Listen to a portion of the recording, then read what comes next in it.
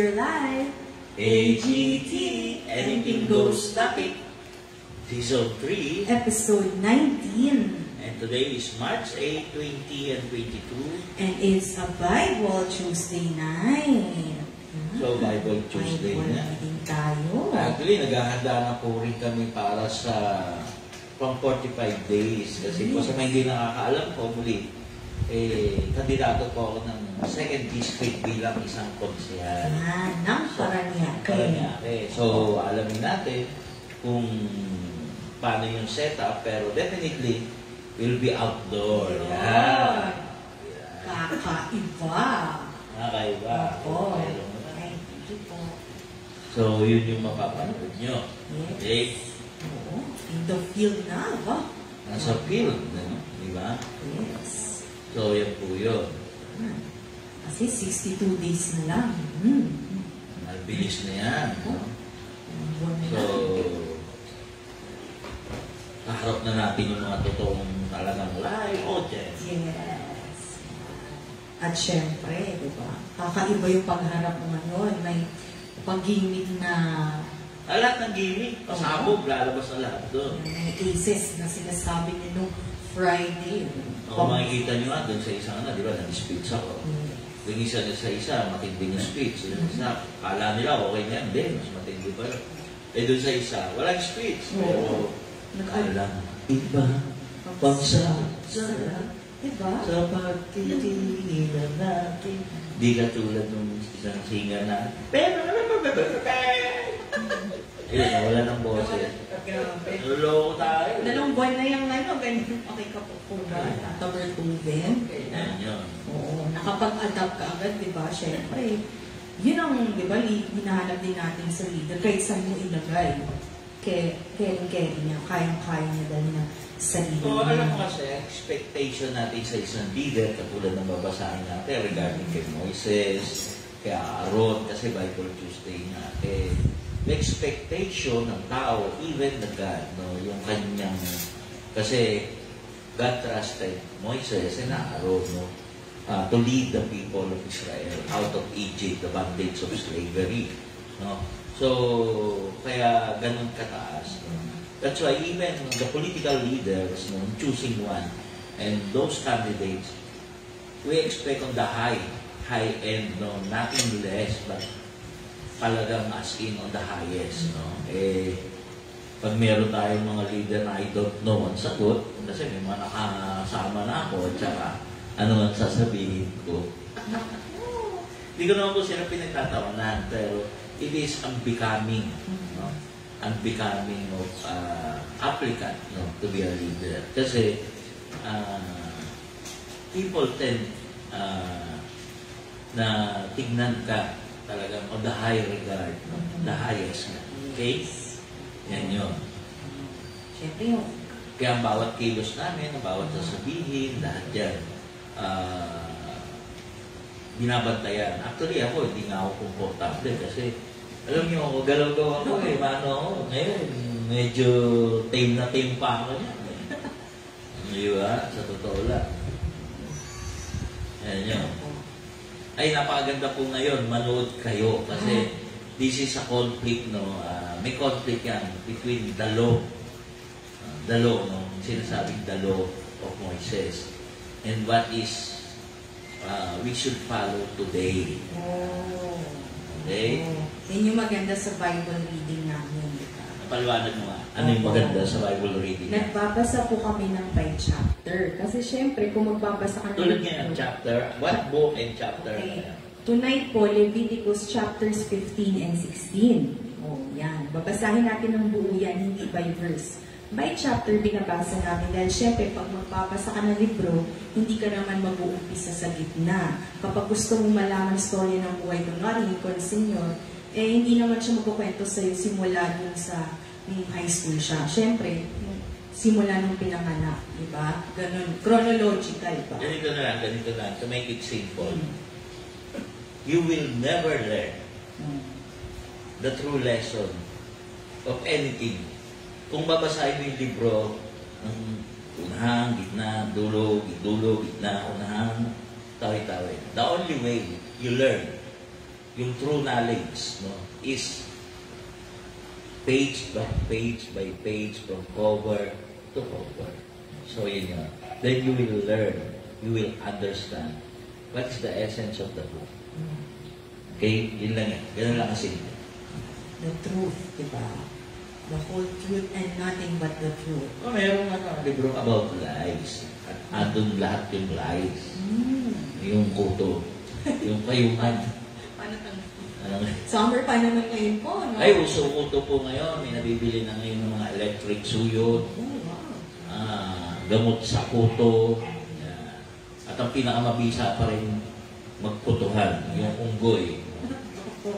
Yung nasa steps, no? Tapos yung nasa pinakadulo. Ay, may magandang suggestion. Kasama natin yung presidente ng Marquez Compound, no? From Barangay BF, pinabati ko po, no? Lahat ng ating barangay. Hindi pa rin sumunod si Direk, no? Direk, kailangan ko yun, no? Barangay BF, no? Pinabati ko po lahat ng mamamayan, opisyal, mula sa ating barangay captain, mga kagawad ng Barangay BF. Yan. Pinabati ko rin po ang ating mga kasamahan, kaibigan at opisyal ng Barangay San Antonio. Yan. Andyan si Ate Tess, no? Pero ang totoong bahay niya ay nasa Barangay Munwo. Yan. Yung ating mga kaibigan, opisyal ng barangay, kagawad, at mga leader natin dyan sa Barangay Munwo. So, binabati rin natin yung ating mga kaibigan sa Don Bosco. So, Barangay Don Bosco. Anong tawag dito? Yung susunod, no? Nabati ko na yung mga taga San Valley, marami yan, no? Ating mga official dyan, sa barangay, no? Dami nyo, yung mga ating nagmamahal dyan, sa Barangay San Valley, no? Tapos, ate, 8 yung barangay mo, Nabanggit mo na yun.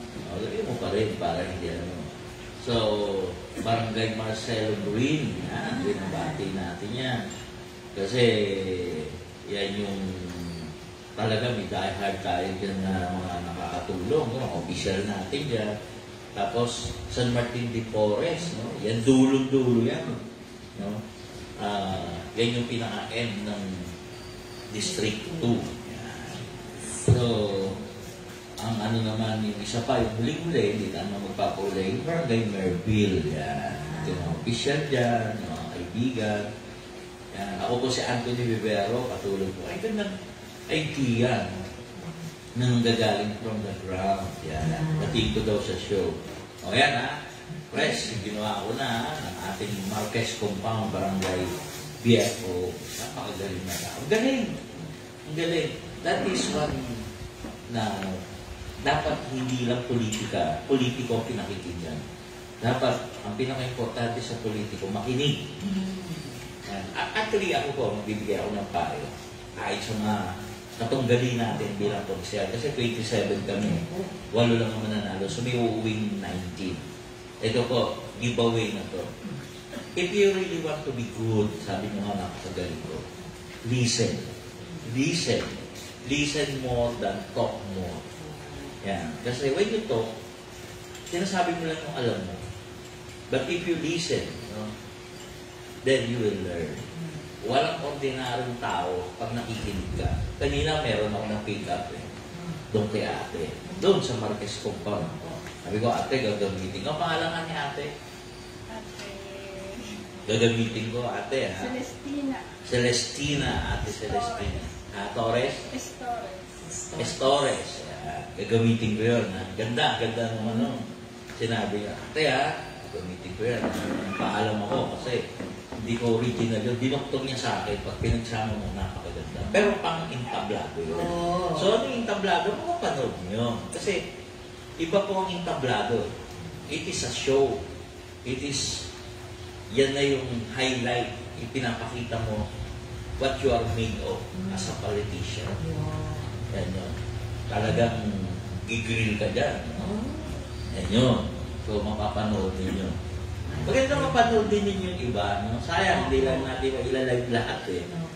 Siyempre, akin lang ilalive ko. No? Pero, taga pa rin na kayo watch. Kasi kung mapapanood ninyo, then you can compare. No? What are the candidates made of talent, pure talent ba? May puso ba? May talino ba? Kayo magdi-decide. Alam mo, pogi ba? Yun. Sabi nila mas pogi daw ako ngayon kaysa sa mga touch ko sa binibigay ko. Ito ba yun? Hindi ko alam eh.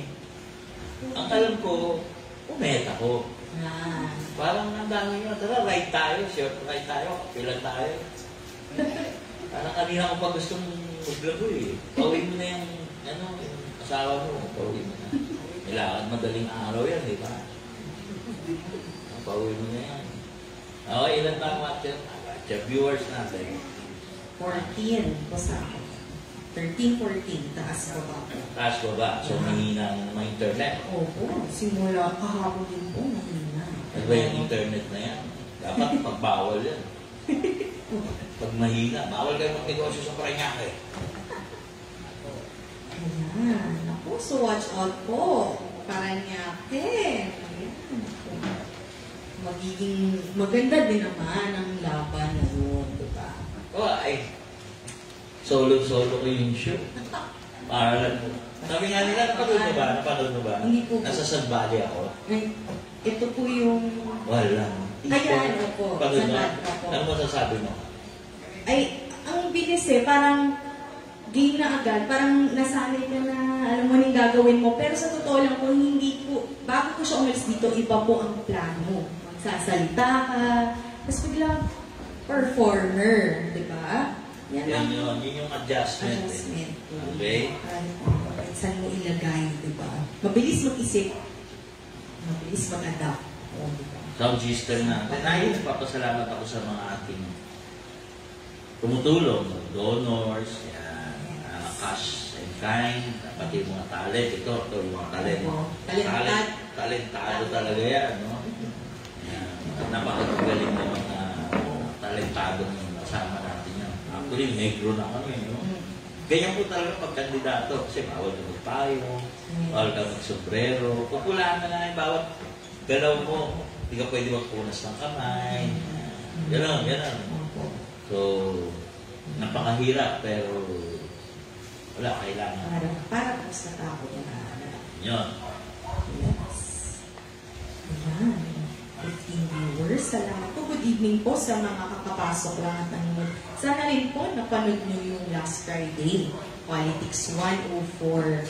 Ang dami din matututunan doon. Kasi napag-usapan po at in-explain po ni Consenyor yung tatlong branches of government. Yung executive, legislative, at judiciary. Ang dami yung akala natin na pag-aralan na hindi pa marami pa kayong matututunan. Sana gusto niyo bang 105 pa? Why not, Consenyor? 104 na yan, di ba? Opo, 105. Yan. Ano nga po pala, Happy International Women's Day po. Happy International Women's Day. Yan. Kaya ka pala nakadress. Nakadress. Tsaka mamaya, may mababasa tayo sa mga, tukol sa mga babae. Sa mga kababaihan. Yes. Okay. So, basa na tayo. Okay po. Okay. O, ngayon, babasahin po natin Leviticus chapter 15. Iba't ibang karumihan ng katawan. Sinabi ni Yahweh kina Moises at Aaron, Moises at Aaron, sabihin ninyo ito sa bayang Israel. Ang sino mang lalaking may tulog ay ituturing na marumi. At ito ang susundin ninyo niyang tuntunin, malalaman o hindi ang kanyang sakit. Sapagkat siya'y itinuturing na marumi.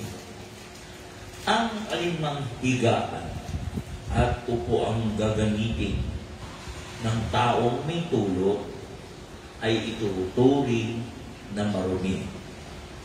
Sino mang makahipo sa higaan nito ay dapat maligo at magbihis. Lalabahan niya ang kanyang damit at ituturing siyang marumi hanggang gabi.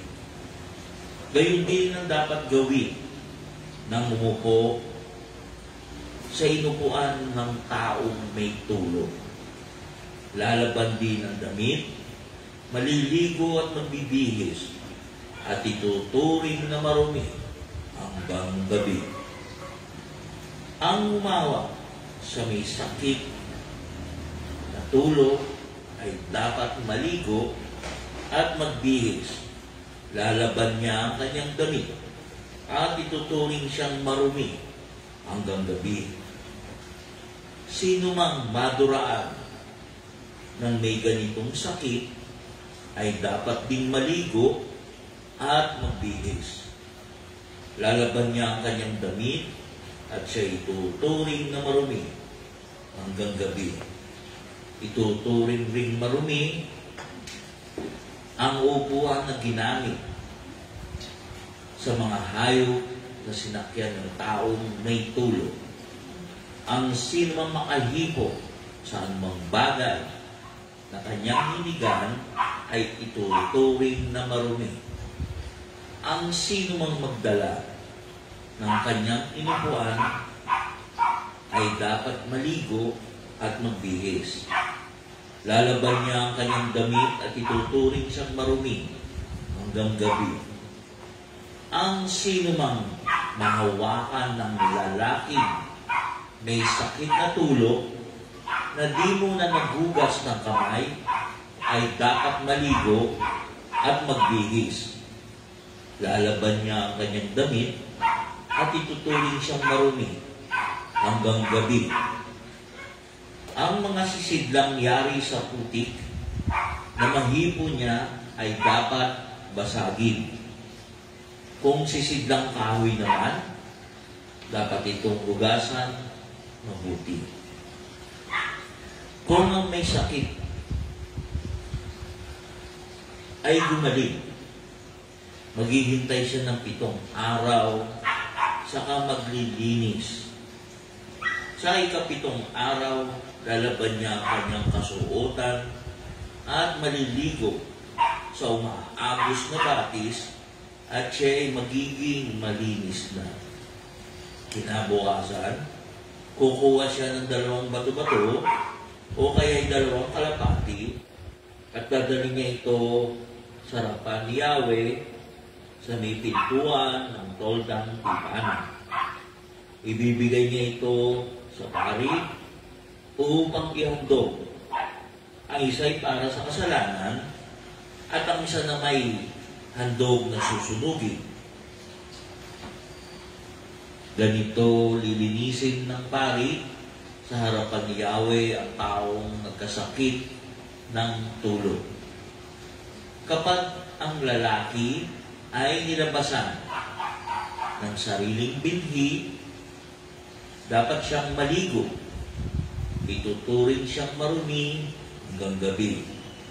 Dapat labahan ang alinmang kasuotang, yari sa tela, o balat ng hayop na nabahiran ng similya. At hugasan ang alinmang bahagi ng katawan na natuluan ng binhi. Ito'y ituturing na marumi hanggang gabi. Pagkatapos, ang isang lalaki at isang babae dapat maligo silang pareho. Sila'y ituturing na marumi hanggang gabi. Ang sinumang babaeng nire-regla ay 7 araw na ituturing na marumi. Ituturing ding marumi hanggang gabi ang nakahawak sa kanya. Ang anumang mahigaan o maupuan sa loob ng panahong iyon ay tuturing na marumi. Ang sinumang makahipo sa higaan niya ay dapat maligo. Lalaban niya ang kanyang kasuotan at siya ituturing ding marumi hanggang gabi. Ang sinumang makahawak sa anumang maupuan ng babaeng may regla, ito ay dapat ding maligo. Lalaban niya ang kanyang damit, ituturing siyang marumi hanggang gabi. Ang makahawak ng anumang nasa higaan o inupuan ng babaeng iyon ay tuturing na marumi hanggang gabi. Sino mang lalaki makipagtalik sa babaeng may regla ay 7 araw na ituturing na marumi. Ano mang kanyang mahigaan ay tuturing ding marumi. Kung ang sino mang babae ay dinudugo nang wala sa panahon o lumampas kaya ang takdang panahon ng kanyang pagre-regla, ituturing siyang marumi habang siya'y dinudugo tulad ng siya'y nire-regla. Ang anumang mahigaan o maupuan niya sa loob ng panahong iyon ay tuturing na marumi tulad din ng siya'y nire-regla. Ang anumang sino mang makahipo sa mga bagay na ito ay dapat maligo. Ituturing siyang marumi hanggang gabi. Lalaban niya ang kanyang kasuotan na kanyang sinuot. Kung minto na ang kanyang pagdurugo, siya'y bibilang ng 7 araw mula sa paghinto at magiging malinis na siya. Sa 8 araw, kukuha siya ng 2 bato-bato o 2 kalapati at dadalhin niya sa pari sa may pintuan ng toldang tipanan. Iahandog ang isa nito para sa kasalanan at ang isa na may handog na susunugin. Sa ganitong paraan, lilinisin siya ng pari sa harapan ni Yahweh. Ganitin niyo ilalayo sa karumihan ang mga taga-Israel, sapagkat kung hindi ninyo ito gagawin, mamamatay sila sa paglapastangan sa tabernakulo na nasa gitna ng Israel. Ito ang tuntunin para sa paglilinis ng lalaking may tulo o nilalabasan ng sariling binhi o similya, at sa babaeng nireregla at sa lalaking nakikipagtalik sa babaeng may regla na siyang ituturing na marumi. Ito po ang salita ng Diyos. Salamat po sa Diyos. Yan, 20 viewers na po. Tapos lang po basahin ang Leviticus chapter 15. Naintindihan niyo ba? Hindi naman ang pagkabasa ko, ha? Opo. Daan-daan yun, ha? Okay? Sir, ano po ba ang sanhi ng tulo? Ang sanhi ng tulo, o gonorrhea in English, ito ay infeksyon, no, ng isang lalaki o ng isang babae na nakukuha ito sa pakikipagtalik. No? So, lalo na yung pakikipagtalik na maraming kapartner, no, dahil nagkakaroon ng infection pag multiple ang partner ng isang tao, na lalaki o na babae. So, nagkakaroon ng tulo. No? Of course, ang UTI, sabi nila, medically, no? Medically, it can be infection of yung parte ng genital, kasama, siyempre yung kaloob-looban, urinary tract infection, UTI nga. So, pag sinabi urinary tract infection, ito'y may kinalaman sa kasarian ng isang lalaki o ng isang babae. So, nowadays, hindi naman gonorrhea yun. Ano yun, di rin STD yun, kundi urinary tract infection. Kaya lang, it's just the same. Meron tutulo, meron mahirap ng pag-ihi, kaya from time to time. Kasi iba yung minimension dito, yung tulo, it is nana. Sensya na po sa kumakain, pasintabi. Ang gonorrhea po kasi nana, yung lumalabas, no? Talagang hirap umihi yan dahil po sa nana. Okay? So, yan po.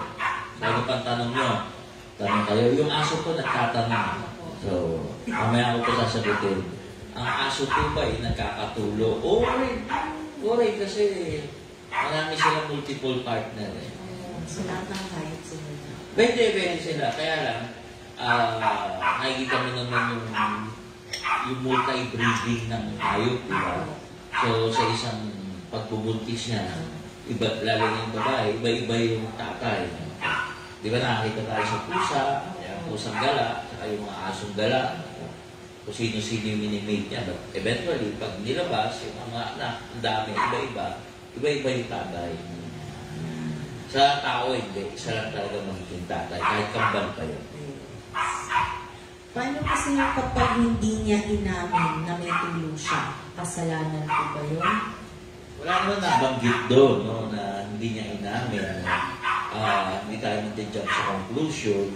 Basta sinasabi lang doon, sa binasa natin, ang may tulo ay marumi.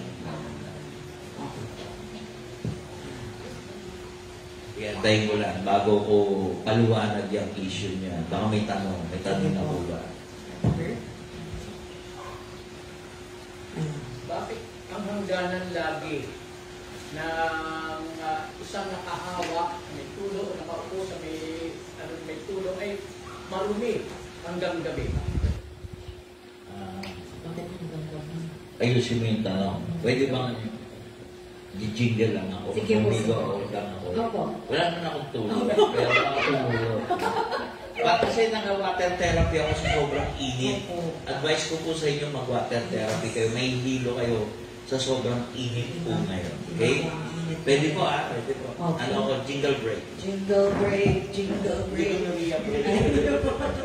Ayan. So habang po, nag-CR lang po muna si Consignor, habang inaayos din namin yung tanong ni Tata Bert, kayo po dyan, mga viewers, mag-isip na rin po kayo ng mga tanong ninyo. Ayan. Siguro Tata Bert, ang gusto mong tanongin is, bakit hanggang gabi parate? Yung oras ba?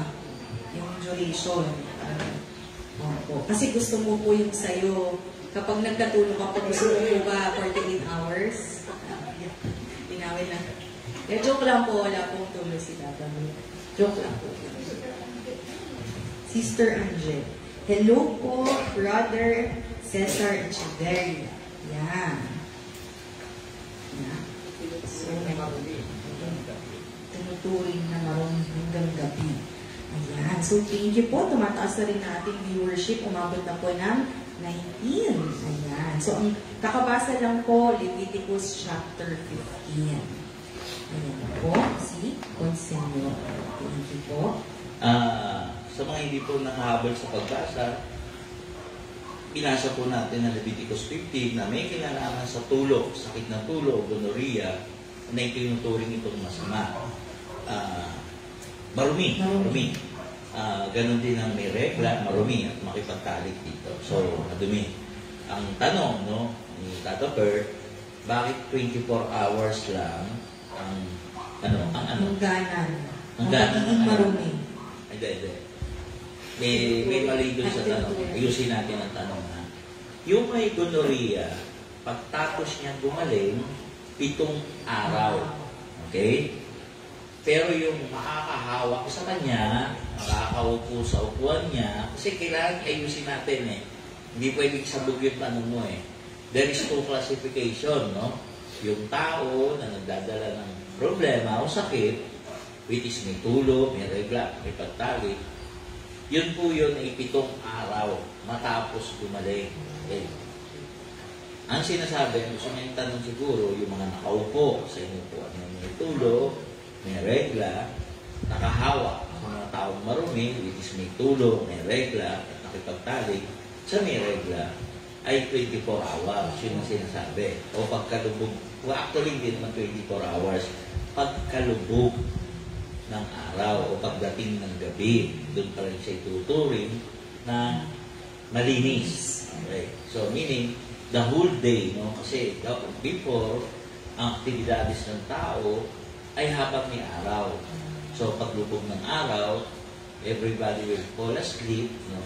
So, pagising mo ng umaga, doon ka palang manibagong araw, malinis ka na. You will be considered na malinis. But, during the whole human activity, yung buong maghapon, tutuwid kang marumi.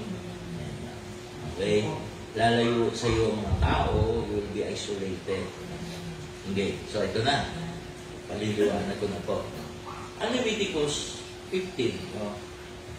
Ang issue natin is, marumi ba o kasalanan ba ang may tulo o gonorrhea? Mas marumi ba, may regla o menstruation? Marumi ba? Meron pa kasi isa dyan eh. Yung may regla, menstruation, at yung nakikipag-sex dyan. So yun ang classify ko. Dito nabasa din yung nilabasan, yung nakipag-sex, no? Yung nag-orgasm, ejaculation, yung nilabasan ng similya, nilabasan ng binhi, yan po yun, no? So, tinuturing din madumi yun hanggang sa gabi. So, ibig sabihin, nung araw, siguro bihira naman nagkasex sa araw dahil maraming trabaho. So, sa mga twin, gabi siya nakipag-sex. So, the whole day, marumi siya, ituturing siya marumi. Okay. So, sa mga twin, ito, pag-usapan natin. Kasalanan ba? Kasi pag sinabing marumi ka, kasalanan ka, kaya ka nga maghahandog. Hindi ko na masyado sasabihin ano yung paghahandog. Kasi yung Leviticus 16, tungkol yan sa takdang araw, paghahandog, ng pagbayad ng kasalanan. So, hindi lang basta marumi, kundi tinatakal ito sa kasalanan. So, masasagasahan na masyado pag tinakal ko na. So, siguro basahin muna natin yung Leviticus 16 para tuloy-tuloy. Okay? Kaya, naliligaw ako sa aking tablet. 33 viewers, maraming salamat po. Dalawang chapter po ngayon ang binabasa natin, Leviticus 15. Ngayon naman po, Leviticus chapter 16 na po tayo. Ayan. Okay. Ang araw ng pagtubos sa kasalanan. Pagkamatay ng dalawang anak ni Aaron dahil sa kanilang paglapit ng di nararapat sa harapan ni Yahweh, si Moises ay kinausap ni Yahweh. Sabi niya, Moises, sabihin mo sa kapatid mong si Aaron na magkakalapit lamang siya sa dakong kabanal-banalan sa loob ng tabil sa takdang panahon, sapagkat magpapakita ako na inyong Panginoon sa pamamagitan ng ulat sa ibabaw ng luklungan ng awa na nasa ibabaw ng kaban ng tipan.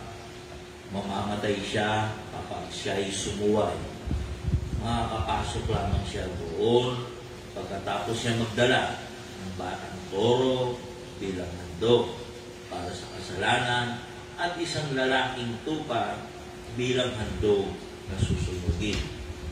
Siya ay maliligo pagkatapos magsuot ng sagradong kasuotan, linong mahabang panloob na kasuotan, linong salawal, linong pamikis, at linong turbante. Bibigyan siya ng mga Israelita ng dalawang lalaking kambing na ihahandog para sa kasalanan at isang lalaking tupa bilang handog na susunugin. Ihahandog niya ang toro para sa kasalanan niya at ng kanyang sambahayan. Pagkatapos, dadalhin niya ang dalawang kambing sa harapan ni Yahweh sa may pintuan ng toldang tipanan. Sa pamamagitan ng palabunutan, malalaman kung alin sa dalawa kambing ang para kay Yahweh at alin ang para kay Azazel. Ang para kay Yahweh ay papatayin at iaalay tulad ng karaniwang handog para sa kasalanan. Ngunit ang para kay Azazel ay buhay na ihahandog sa akin bilang pagtubos ng kasalanan sa kapakakawalan sa ilang para kay Azazel. Ang batang toro ay papatayin niya Aaron at ihahandog para sa kasalanan niya at ng kanyang pamilya.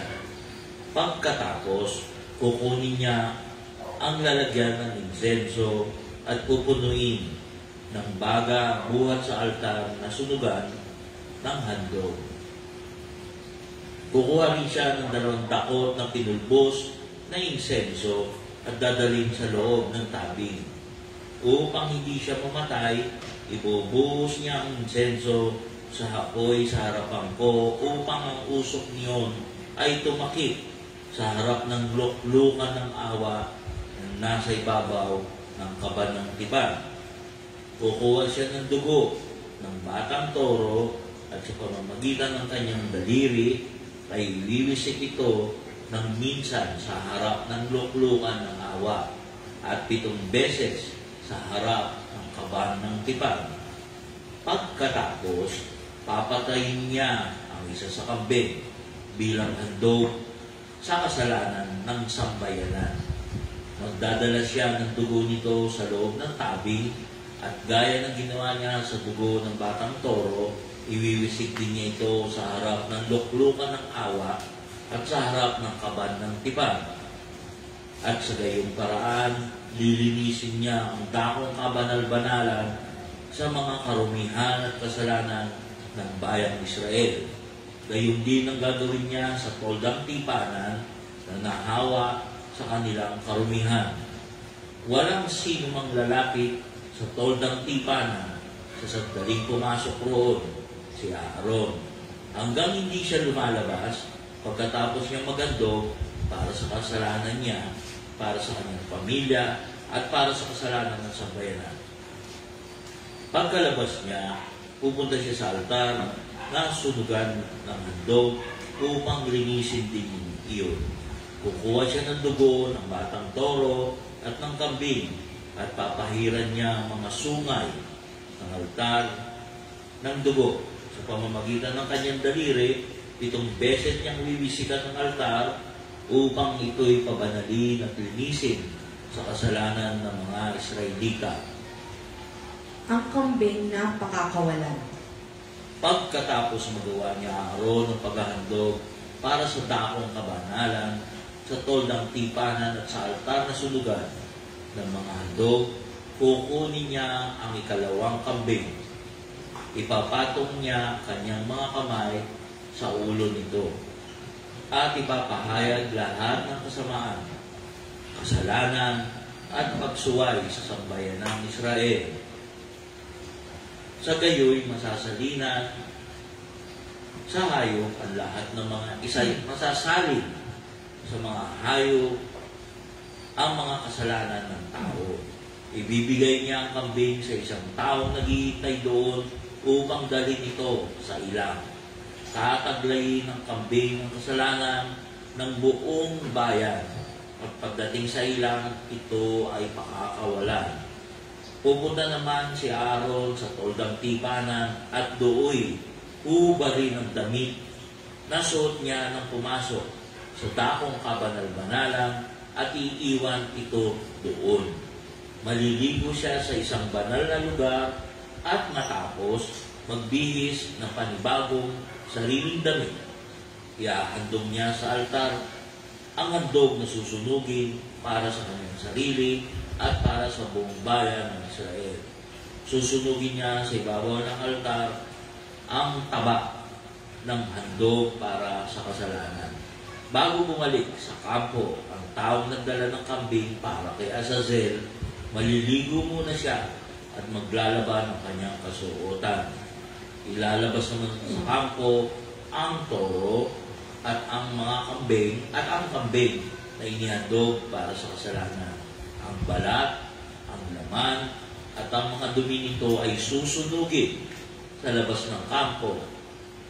Maglalaban ang kasuotan at maliligo ang nagsunod nito bago siya makabalik sa kampo. Ang araw ng pagdaraos nito. Ito ay tuntunin, susundin ninyo magpakailanman. Tuwing 10 araw ng 7 buwan, mag-aayuno kayo at huwag magtatrabaho. Dapat itong tuparin ng lahat, maging Israelita o dayuhan, sapagkat sa araw na ito ay tutubusin kayo sa inyong mga kasalanan upang maging malinis kayo sa harapan ni Yahweh. Itong araw ng ganap ng pamamahinga, mag-aayuno kayo at susundin ninyo ang tuntunin ito habang panahon. Ang paghahandog para sa kasalanan ay gagampanan ng pinakapunong pari na manunungkulan sa panahong iyon. Magsusuot siya ng sagradong kasuotan, lino, at gagawin niya ang ritual ng paglilinis ng dakong kabanal-banalan, ng todang tipanan, ng altar, ng mga pari, at ng buong bayan. Itong batas na palaging tutuparin ng mga Israelita, minsan isang taon, upang mapatawad ang kanilang mga kasalanan. At ginawa nga ni Moises ang utos ni Yahweh. Ito po ang salita ng Diyos. Salamat po sa Diyos. Madami mga viewers natin, mga live. Live ba yan? Bangkay, mga dead audience. 27 viewers. Thank you po. Oo, wala ha. Makapi muna ako. Pagod ako maging Diyos. Kasi Diyos po yung nagsasalita. Miss Brenda, Senyor, yung bawal makipagtalik pag may regla, does it apply po up to now? Thank you po. Ito na po, papaliwanag ko na. So balik tayo ha, kasi pare, masagasaan ko man yung Leviticus 16, dire-diretso na yung paliwanag. Okay, pinasa ko sa 15 tungkol sa issue about gonorrhea o tulo, yung regla menstruation, at yung pakikipagtalik sa may regla menstruation. Yung ejaculation o orgasm o yung nilalabasan ng semilya. Okay, yung semen. Yung lumalabas sa ari ng lalaki. Pwera po ang mali siya ha, kasi po talagang parental guidance tayo na yan. Okay? So, nung panahon ng batas ng Moises, ang sinasabi ng Panginoon, ito ay hindi lang marumi, ito ay kasalanan. Patunay, pinagdadala ng dalawang bato-bato, dalawang kalapati, no? Para patayin o yendo, no? Sa paglilinis para sa kasalanan. So, ibig sabihin kasalanan, hindi lang basta marumi. Ang malupit dito, pag umupo ka sa inupuan ng may regla, marumi ka na rin. Pag nahawakan mo yung taong may tulo, marumi ka na rin. So, ang tanong, apply pa mo ba ang batas na ito sa panahon na ito? Supposedly, yes. Dahil batas nga ito ng Diyos na binigay kay Moises. Pero, may pero. Between Moises at sa panahon ito, meron pong dumaan na Kristo. Dumaan na Kristo. Tandaan po ninyo ha. Kaya po, yung the law of Moises na sinasabi nga natin, ginibayan ni Kristo. Yan yun. Hindi ibig sabihin na yung teaching ni Kristo ng faith. Kasi faith yung kanya, pananampalataya sa akin, dadakay sa akin po. Hindi para gibayin yung law, para establish nga to. Kasi ano yung law niya? Mahalin mo ang abakong kapatid tulad ng pagmamahal mo sa akin na yung Panginoon. Di lahat yung applicable yung law na yun. Ni-establish niya. Pero pinadali niya. Ano muna niya pinadali? Noong panahon ni Moises, napakahirap. Katayan dito, katayan doon. May todang tipanan, may todang sunugan. Mayroong altar ng sunugan. Mayroong altar na ganito, may altar na gano'n. So, napakarami. Napakarami. Ginawa ni Kristo, which is nalilito na yung mga tao, even yung mga pare. Yan, yung dumating si Kristo, pati mga pare, ulul na eh. Tandaan po ninyo ha, totoo po yun, gano'n sila kaulul. Kung di pa ulul yung mga pare, maski mga araw, Kristo na nga yun eh. Sila ang naging dahilan kung bakit siya pinako sa krus. Nakuha niyo po? Di ulul. Kasi kung sila'y tama, mararamdaman nila si Kristo ay hindi basta tao. Diba? Napuno sila ng kalibugho, ng inggit, no? Kay Kristo dahil magaling. Ayaw nila ng ibang pogi. Gusto nila sila lang yung pogi. Ang gagawin nila, super pogi yung dumating. Yun, pinapako nila sa krus. Okay. So, sa mga tweet, no? Ayan po kasama po yung aso sa nagtatanong, ha? Ayan. So, ito na po ang katotohanan. Kaya pagdating ni Kristo, Nag-iba po yan. Hindi naman nag-iba. In-enforce niya, binago niya. Kasi alam ni Kristo na darating yung panahon na katulad ng panahon ngayon. Napaka-illogical, no? Noong araw, madali mo malamang sino may regla. Kasi may tagos. Dahil hindi pa na-invento yung mga pasador, yung mga napkin, yung mga tampons, yung injectable. Kasi injectable, pag in-inject ka, wala kang regla for 6 months yata eh. Ganon. So, meron na yun. So, sa mga tweet, noon ang panahon, uupo ka ba sa inupuan na may regla na may tagos ng dugo? Siyempre, hindi mo uupuan yun. Kitang-kita eh. Paano mo ngayon susundin yan ngayon? Sakay ka sa jeep. Yung may regla na sa dulo, usog na usog, usog na usog. Ikaw naman, tabi ka ng tabi. Yung nasa bus, bumaba, may regla. Ngayon, uupo ka ngayon sa pinagreglahan. Hindi ka lang marumi, ikaw pa ay makasalanan. Napaka-illogical. Kaya kinakailangan, based on our history, ito yung importante nga. Kaya binabasa natin by the chapter, para makita nyo ano yung nangyari sa ating pananampalataya. Ngayon naiintindihan ninyo kung gaano ka-importante at pasasalamat natin ang pagdating ni Kristo. Kasi lahat tayo makasalanan. Sino malalaman mo may tulog? Sa siyang ng mga lalaki, magkakakitaan lang na, anong tawag dito? Na ang may tulo, yung hirap umihi. Kasi nga may tulo na. Ayun ang biruan eh.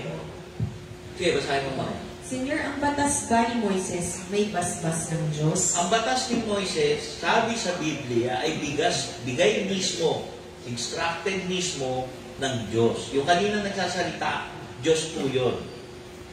Yan. Kasi po, ganun po kami magbasa eh. Diyos po yung nagsasalita. So, hindi lang po basbas ng Diyos, pinag-uutos ng Diyos. Sabi nga ng Diyos, diba, ito ang inyong susundin. Yan. Ito ang batas. Ito ang batas na palaging tutuparin ng mga Israelita minsan 1 taon upang mapatawad ang kanilang mga kasalanan. Sabi sa Leviticus 16, sa bandang dulo. Okay. Sabi naman sa 15,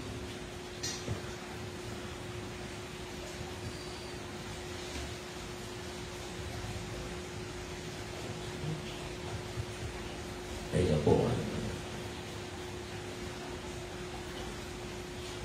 Ito ang tuntunin na inyong gagawin para malinis ang inyong karumihan. So, Diyos po yung nagsasabi nun. Kaya nga po, in between kay Moises at sa panahon natin, dumating si Kristo. Kaya po tayo ay hindi po Moises. Christian po tayo. Hindi po tayo Mosean. Christian po tayo. Kasi yun ang sinusunod natin. Huwag po kayong maguluhan. That even the 10 Commandments, in-establish po ni Kristo yan na mas maging madali. Para hindi po tayo nahihirapan. So, napaka-illogical, no? May mga panahon na to, no? Lahat tayo marumi, lahat tayo makasalanan. Who knows kung sino may regla? Sa dami ng tao ngayon, sino may regla? Sino may tulog? Sino yung katatapos lang makipagtalik? Kasi kahit mahawakan eh, marumi na ako. Magiging malinis lang ako, kailalabang ko damit ko. Mamayang gabi pa. O ngayon, tulad ngayon, gabi na. Paano kung gabi ko nang hawakan? Kasi nung araw, pag madilim na, supposedly, wala na activity. O, paano natin malalaman? O, yung nakipagtalik sa may regla. Diba? So, napaka-illogical niyang batas na yan kung sa makabagong panahon. So, sabi ng Diyos, sabi nila, mali pala yung Diyos ni Moises. Hindi. Yung Diyos ni Moises, yung Diyos natin, ngayon, panahon na to, at saka yung Diyos na panahon ni Kristo, isa yun. Kaya nga niya pinadala si Kristo para ayusin yung magiging kaguluhan pagdating ng panahon na ito kung walang Kristong dumain in between. Nakuha po ninyo? Kasi kung batas lang ni Moises, todas tayo ngayon. Lahat tayo yung marumi, lahat tayo ay makasalanan. Tama? Kasi kahit tumayo yung alala ko, nung elementary ako, may nag-umpisa na mag-regla ng mga klase ko, yung mga uso yung tagusa, no? Nung high school, pakonti-konti na lang dahil more or less, alam na nila yung monthly period nila. First week, second week, nanapkin na sila, no? Yan yun. So, at syempre, habang nagdadalaga na talaga, yung hygiene, no? Yan yun, naging maayos na. So, yung tulo, walang magsasabi may tulo siya, no? Talagang natandes, makita mo, ikaw doktor ka o magpagamot, no? So, doon mo lang malalaman. So, napakahirap kasi ang instruction ng Diyos noong panahon ni Moses, yung inupuan. Actually, pero ano yan, may logic yun, ha? Kasi mahahawa ka ba sa sakit na tulo, sa inupuan na may tulo, pag may nanang nalagpak doon, tapos pumasok sa'yo, by chance, no? So, panahon ni Moses, malamang ala silang brief tsaka panty. Di ba? So, malamang yun. Mahaba man damit nila, ala na silang brief tsaka panty. Ngayon, may panty nga, pero labas panty naman, labas puwet. Iba na panahon eh. Kumbaga, inayon ng Diyos, Senyor, kasi madami ng tao. Inayos niya na bago pa dumami ang tao. The society, the nature, no? Inaayos niya yung sarili niya. It is because God ang may gawa dyan, perfect creation yan. So, God created the world na in a perfect state. No? Kaya ako, I do believe, alam ng Diyos. No? Yung ginagawa niya. Nung time na yun, okay pa yun. Okay pa yun. Walang brief ang tao, mahaba ang damit, okay yun. Nakikita mo, kukunti lang kayo, hindi mo kailangan ng marites kasi kayo lang, makikita kayo eh. Ngayon, hindi na tayo kakakilala, natales, hindi magkakilala kayo. Politiko, kilala. Diba? Healer nga, nakampanya na ako, alam nila yung healer, hindi nila, palit ako yung healer. Susunod, na issue ko, no, bakit magigibayan? Sayang naman, yung dugo ni Kristo na inalay, di ba? Yun ang supreme blood offering para bayaran ng ating kasalanan. So, yung kasalanan natin nagawa, kasalanan natin gagawain, pati yung gagawain mo pala, bayad na yun. Pero kasi, kung naniniwala ka kay Kristo, hindi ka nagagawa ng kasalanan in the future. Kaya yun ang sinasabi. Pero, given, for the sake of debate, the most precious blood na inalay, mas grabe pa dyan sa toro, mas grabe pa dyan sa kambing, sa bato-bato, sa kalapate, is the blood of the Son of God. Di ba? Kaisa-isa ang anak niya. Pero may ialay para tubusin ang kasalanan ng sanlibutan. So, yung material na yun, kung magpapatuloy tayo ngayon, may regla ka, naawakan nga, o ngayon, nalay tayo ng kalapate, tsaka bato-bato. O, ano yun, di ba? Saan pa yung si Kristo nang matay? Tinubos na nga yun eh. Di ba? Pag ikaw tinubos ba, nakasanla ka pa rin? Hindi na, tinubos ka na eh. Tama, mali. Yun, natandes isang laka uli. Okay. So, ano pang natin? Yung issue ng labasan. Sensya na po, parental guidance to, orgasm, ejaculation, yung nilabasan ng semilya, ng semen. Ano ba sa Tagalog? Pangit sa Tagalog, no? Semilya kasi po, Espanyol, no? Semen ng English at sa Tagalog. Binhi. Binhi, no? Pero binhi kasi mas madalis gamitin sa halaman. Diba? Alam mo yung gamitin naman natin yung sabi sa Biblia, binhi. So, ibig sabihin, pag ang lalaki, nilabasan madumi. Kung madumi yun, then susunod yung kasalanan. Okay, kayo lahat. Kayo. Pati ako. Makasalanan tayo dahil marumi tayo. Dahil nakipag-sex tayo. So, masama ba yun? Medically, pag-usapan po natin to, magkaroon kayo ng malawak ng pag-iisip, Kasi po dito sinabi naman yung nilabasan. Yung nilabasan, pakibasa mo nga yun. Yung nilabasan ay tuturing na marumi. Leviticus chapter 15 verse 16 po. Kapag ang isang lalaki ay nilabasan ng sariling binhi, dapat siyang maligo, ituturing siyang marumi hanggang gabi. So, ituturing kang marumi. Pag ituring kang marumi, ikaw ay makasalanan. So, sa makatuwing, sa binasa pa lang natin, nilabasan ka ng binhi. Sex ang pinag-usapan natin. Sabi nila, maraming katwiran. Teka muna, hindi yun na nakasulat. Ang nakasulat nga ay nilabasan ka ng binhi. So, sex. Tama? Tama po. Medically, sabi ng medical world, people with active sex lives longer. Kaya buhay pa po si Tata Bert. Yes! Yes! Hindi kaya mamatay ako ng maaga. Wawa naman ako. Wawa na. Si Kapred, mabubuhay ng matagal ito. Sabi sa Tagalog, ang tao daw po na aktibo sa pakikipagtali, medical po ito ay nabubuhay ng mas mahaba kaysa sa mga walang sekso, hindi nakikipagtali. Tata Bert, go, go, go! Dahil ito ay nag-boost, nagpapalakas ng immune system. So ano yung immune system? Ito po ay depensa ng sariling katawan para sa mga bakterya, virus, na mga nasasaga ng katawan sa pang-araw-araw ng pamumuhay. No? Nakakatanggal daw ito ng stress. Yan, yung mga problema. Yan, kaya sa release ng trend, ang daming bata sa mahihirap, maraming bata dahil sa gitna ng kahirapan, sex lang sila ng sex. No? Ito kasi, matutulog ka. No? Aside from alak na magpapatulog, ito ay libre. No? Para gamutin yung kabiguan sa buhay. Lalo-lalo na kung ang partner mo ay asawa. So, ito na yun. Dapat kasal. Yan, dyan naman tayo papasok. Sabi ng moralidad at saka ng simbahan. Kasalanan mag-sex.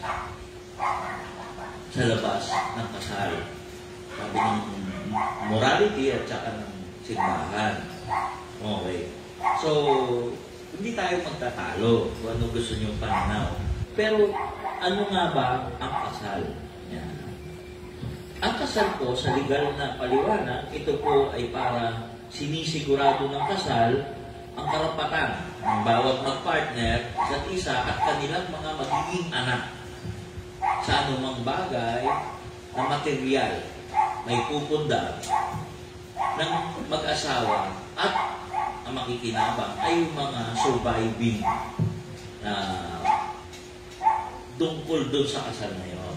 So, monetary o material reason, sabi ng legal. Tama? Tama.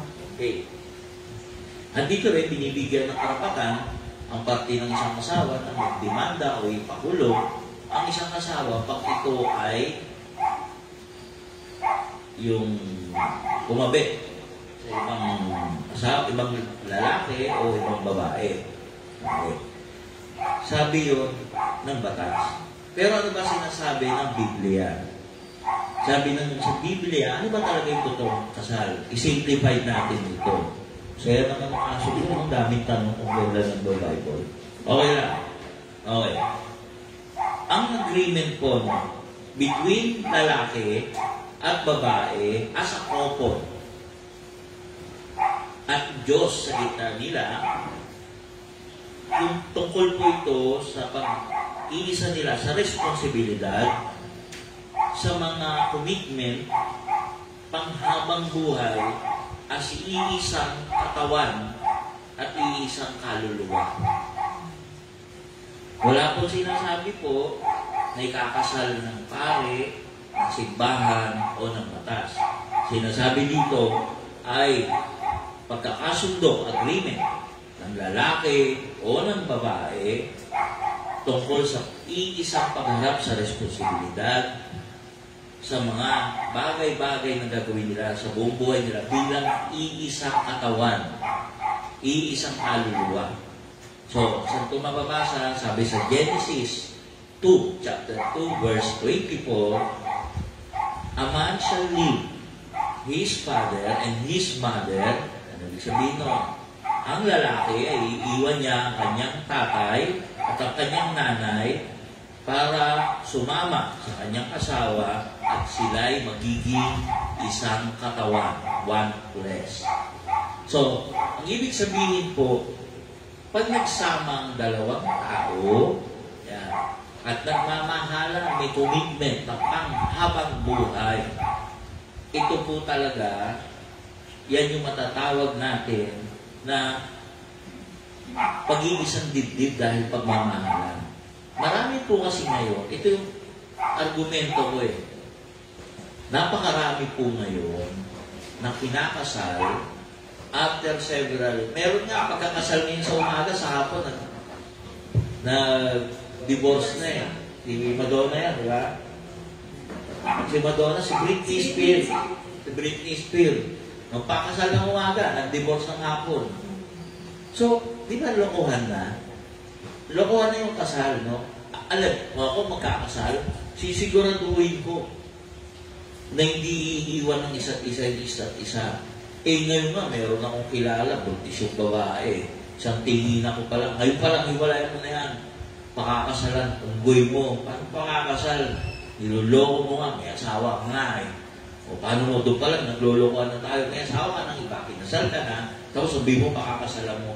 Umpisa pa lang naglolokohan na, iiwak ka niyan. Ngayon pa lang, huwag na kayong pakasal. Pero pagdating niyan sa mayor, pagdating niyan sa pare, pag yan kompleto ng dokumento, ikakasal yan. Ikakasal yan. Maniwala kayo. Pag yan malakas sa pare, malakas yan sa mayor, kahit walang dokumento, ikakasal yan. Ikakasal yan. So, yun yung paano ko maniniwala sa kasal. Di ba? Ang totoo kasing batayan, sabi sa Biblia, isang lalaki, handa mong iwan ang iyong magulang at makiisa sa babaeng iyong minamahal bilang maging isa. Yan yun. Okay. So, pasok tayo doon, no? So, as argumento dito sa sinasabi, ang isang lalaki at isang babae na walang pilitan, nagkakasundo na magkaisa, katawan, ano, para sa akin, no? Kasi pag kailangan daw pagkasal. So, pagkasal, hindi kasalanan. Pero pagbatas ni Moises, marumi pa rin. Hindi kasalanan pa rin. Kaya kasal o hindi. Argumento, sa argumento ng batas ni Moises, pag ikaw nilabasan, lalaki, nilabasan ka, o di marumi ka, labas yung kasal. Kasi argumento ng nagbasa ako dyan, argumento nila, masama yan, marumi yan pag hindi kasal. Pero sinabi doon basahin mo ulit, 15, 16. Yan.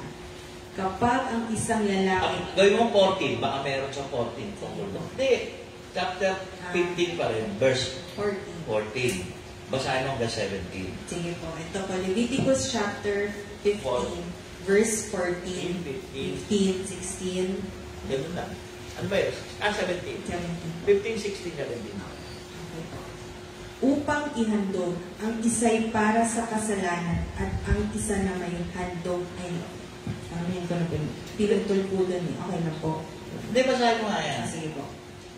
Kinabukasan, kukuha siya ng 2 bato-bato o kaya'y 2 kalapati at dadalhin niya sa harapan ni Yahweh sa may pintuan ng tol ng tipanan. Ibibigay niya ito sa pare upang ihandog.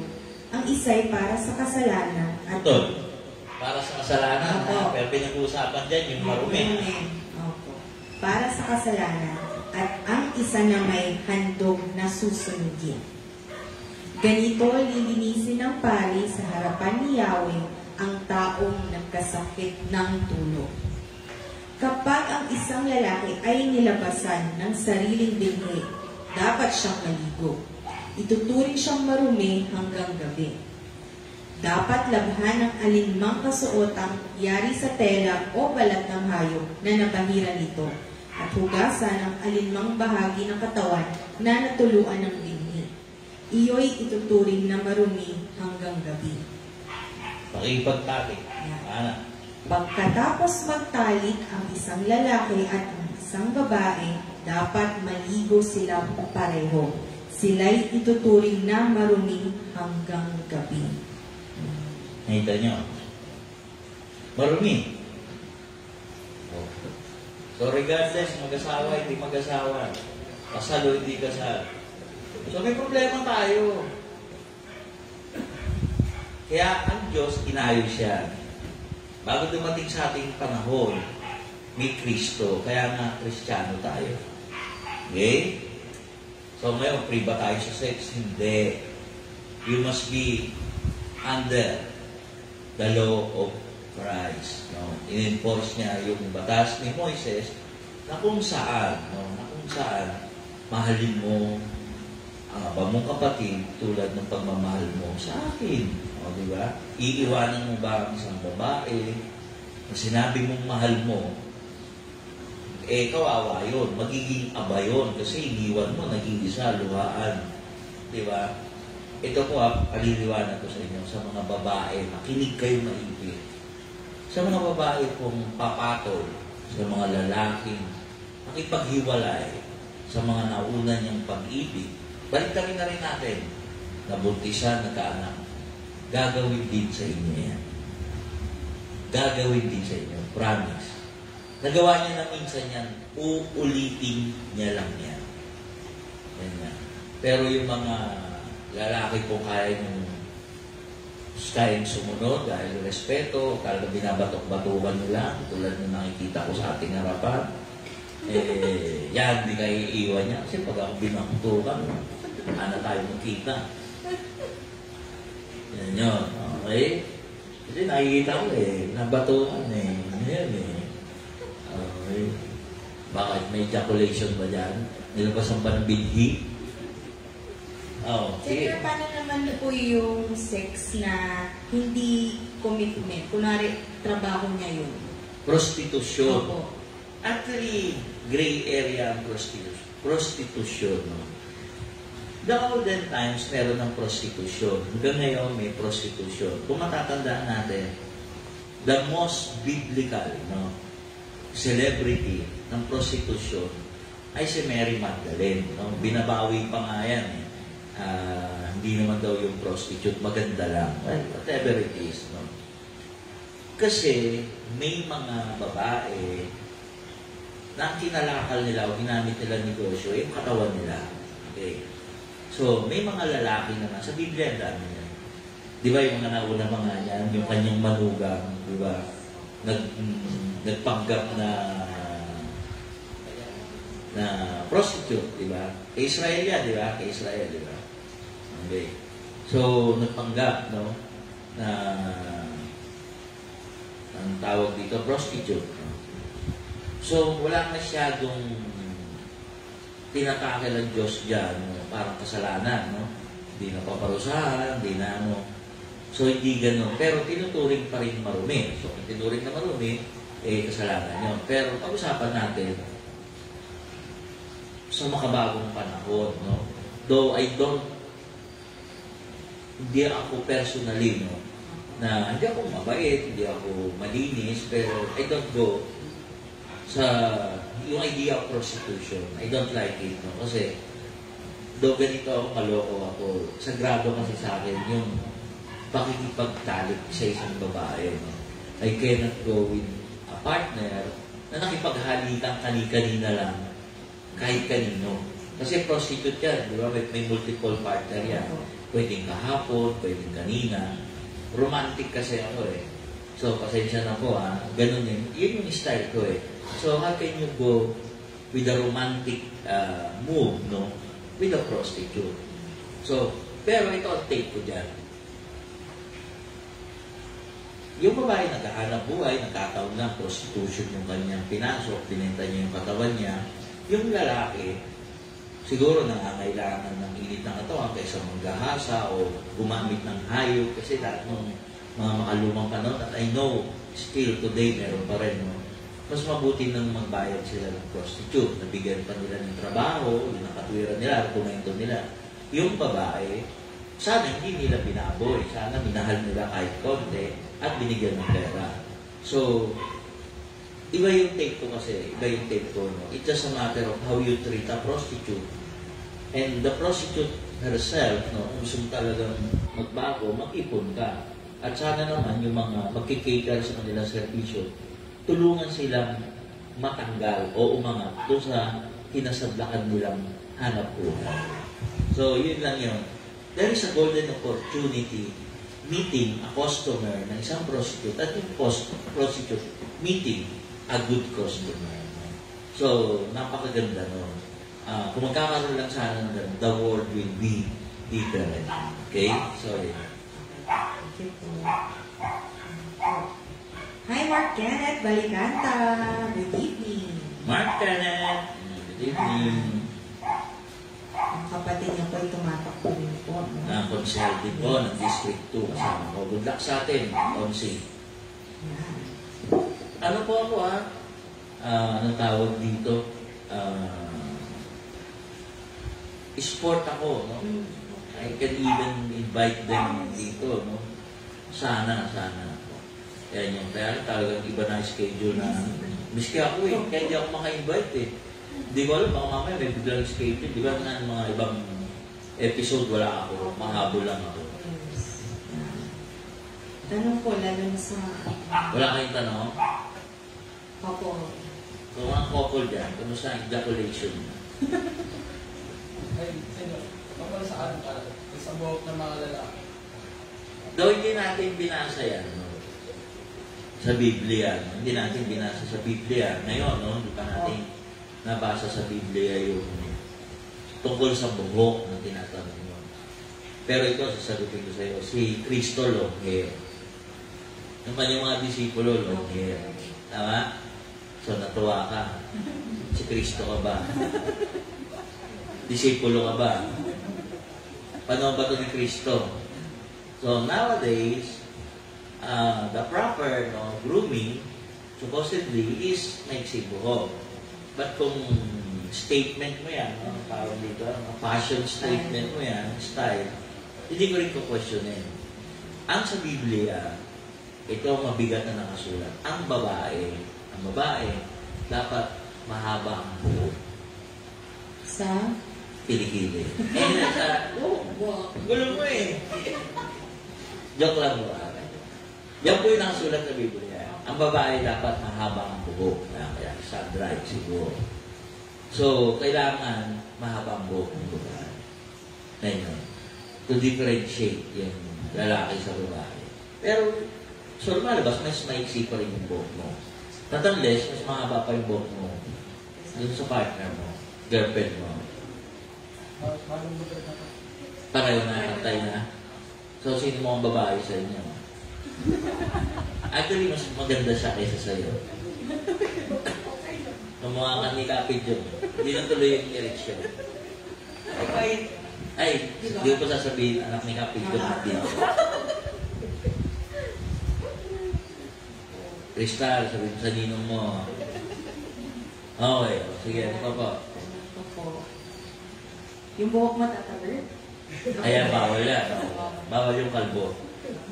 Kasi dito sinasabi, sakit yan. Tira yung pagkawala ng buhok, tawag dyan kalbo. Yung sakit yan nila, dapat niya ilapit sa pare. O di ba? Eh, kakapasa lang mo, hindi na matandaan mo. Hindi, yan nga, sa tao, kalbo.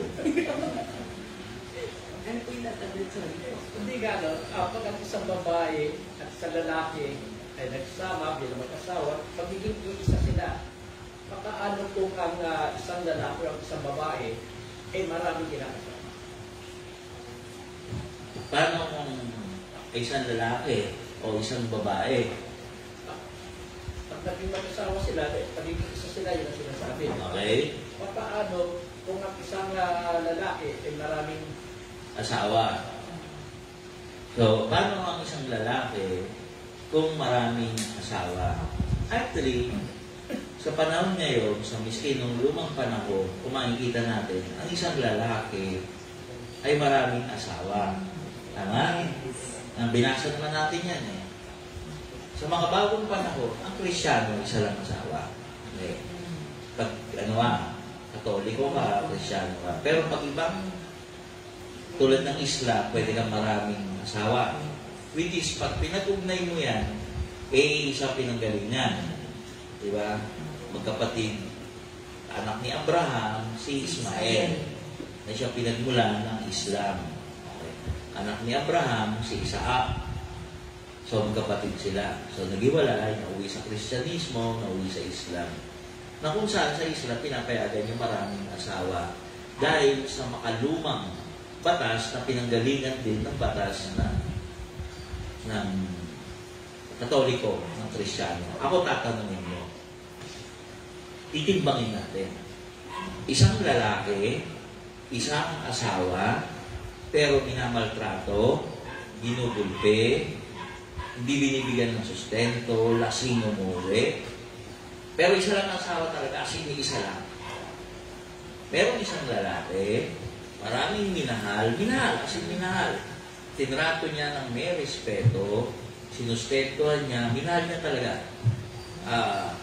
Nagkataon lang, nawala yung fire, nawala yung chemistry, at muling umibig, at muling umibig, at muling umibig, pero lahat hindi niya pinabayaan, kahit nawala na yung fire, nawala na yung kasi people do change. Pero doon pinatunayan niya, habang panahon, naroon siya. Ngayon, kayo ang umusga.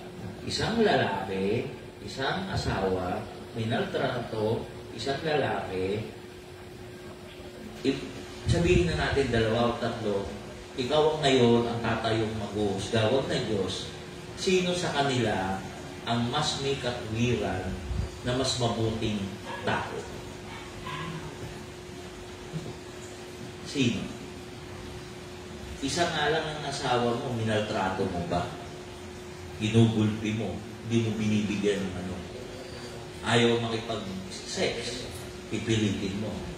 Pero ito, isa maraming minahal, pero tinrato niyang reyna, sinamba niya, ibinigay niya ang lahat. So, haharap sa iyo. Sino ang totoong tao, ang mas mabuting tao, at mapagmahal na tao? Niipit mo ako, Kaldora. Alam mo, di ako makakawala dyan. Okay. Sige po, ano pa? Okay, natakta dyan. Ano po? Tanong po kayo, tanong. 93 viewers. 93 viewers. 93. Okay, napakaganda po nito pero general patronage. Hinang ko lang yung final word ko para doon sa sagot mo. Inipit mo na rin lang ako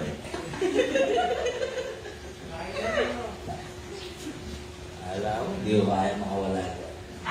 Pero ito senior, yung araw ng pagkakao. Yan. Hindi natin natakal yung 16, no? May tinakda yung Diyos, no? Kung susundin natin yan, that will be 7 buwan, so that will be July 10, no? Diba? Mag-aayuno, no? Nung makalumang panahon, may mga setting ng pag-aayuno. Actually, even ngayon naman, tayo mga Katoliko, yung Ash Wednesday, talaga mag-aayuno ka niya, tsaka yung Good Friday.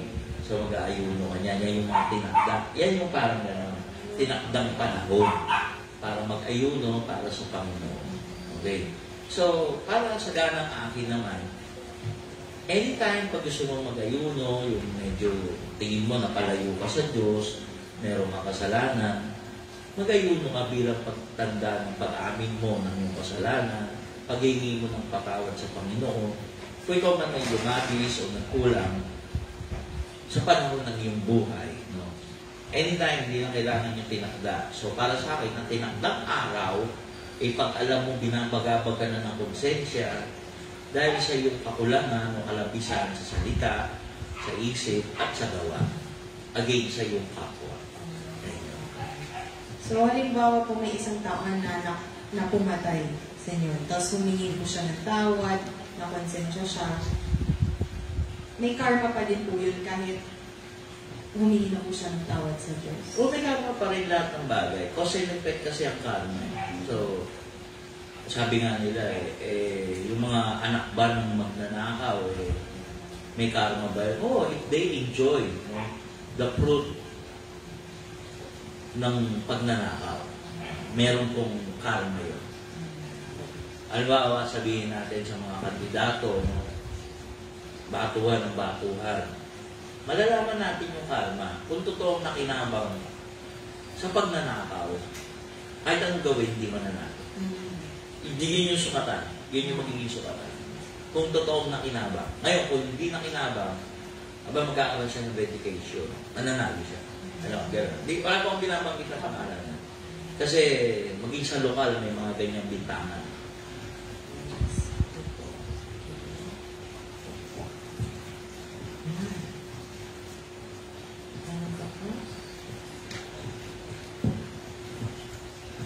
Tanong mo na. Tanong na kayo. Any last word? Ayan. Sige po. Meron kang parting words for tonight. Yes, parting words. Ayun naman po, dito po sa binasa, parang tulad din po yan nung nakaraan yung may sakit din po. So, talaga ngayon, i-apply po natin sa panahon natin ngayon. Tama yung iisipin na natin si Kristo ba, isisentro natin kay Kristo, iisipin po natin siya. Hindi na po natin isipin yung kay Moises kasi iba nga po yung panahon nila. Ayun naman po. Okay, ako naman po, no? Si Kristo po, bakit po napako sa krus? Hindi po siya pinako sa krus dahil siya ay Diyos. Si Kristo po ay pinagbintangan ng lahat ng kasalanan na ang parusa ay kamatayan sa pamamagitan ng pagpako sa krus. Tandaan niyo po yun. Lahat. Niluto po yan, inimbento, ginawa, totoo man o hindi. Pero yun po ay napredict na nagagawin sa Kanya. So sa mga tweet po, nowadays, napakahirap po talaga mangusga. Dahil sinasabi nga ng Diyos o ng Biblia, huwag tayo mangusga sa ating kapwa. Huwag tayo mangusga sa ating mga nakikita, no, na kalabisan at mga kakulangan ng bawat individual. Ako po, hindi po ako malinis, hindi po ako mabuti, hindi po ako karapat-dapat. Ngunit naniniwala po ako, sumusunod po ako sa utos ng aking Panginoon. Pinaniniwalaan na maaaring Panginoon nyo din na si Jesucristo. Sabi niya, mahalin mo ang iyong kapwa, ang iyong abang kapatid, tulad ng pagmamahal mo sa akin. Kaya ako po ay naririto, nagsushow, tumatakbo, gagamot, ano man ang ibigay sa aking oportunidad ng Panginoon. Talento, lahat po yan, ibibigay ko sa inyo na abang kapatid ni Kristo. Kasi po, lahat ng ginagawa ko para sa inyo ay dahil sa pagmamahal ko sa Diyos. Marami pong kakulangan. Ako po yung maamin sa inyo, sa Panginoon. Marami pong kalabisan sa inyo, sa Panginoon. At marami pa akong gagawin sa buhay ko dahil ako po ay isang tao, may imperfeksyon, at ang buhay sa mundo ko ay napakahirap to survive. But the thing is, I will be guided with a simple rule. Ang mundong ito ay hindi matatapos ang problema.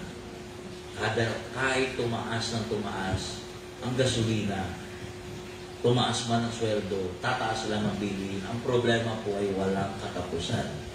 Pero meron pong solusyon na lahat po yan ay magkakaroon tayo ng kapayapaan. At tulad ko po, kasi pag alam ko na ako ay may Diyos, anumang taas ng bagay na bilihin, anumang problema na aking harapin sa personal, sa politika, sa kahit anong bagay. Pag meron akong Diyos, ako ay kanyang kukupkupin. Siya lamang ang mag-uusga sa akin. Sa kanya lamang ako may pananagutan at sasagutin. Basta sa aking ganang aking, alam ko po, mahal ko kayong lahat, mahal ko lahat ng taong nasa paligid ko, lalong-lalo na po ang bayan ng Parañaque. Maraming po salamat. Ako ni Rivero po para sa inyo. Thank you po. God bless po.